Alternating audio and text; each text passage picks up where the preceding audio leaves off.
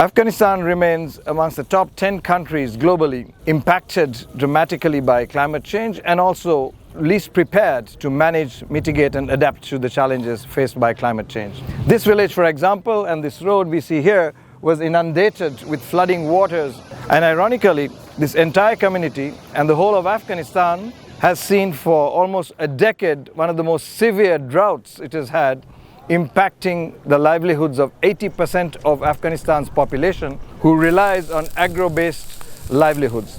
We have other drivers that has made climate impacts exacerbating in this country.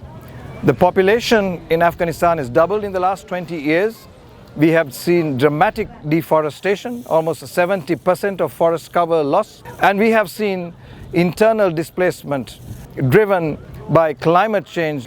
What Afghanistan requires right now is a real investment in land restoration, forestry investments and water management, and to restore the ability of these communities to go back to the agro-based industry and livelihoods they have, and to rebuild their resilience by investing in a sustainable manner in climate adaptation, mitigation and restoration of lands.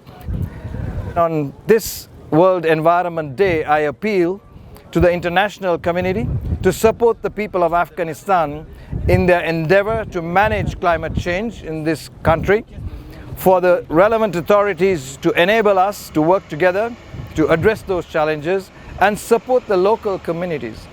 We need to work together in solidarity to address this global challenge that befriends us all.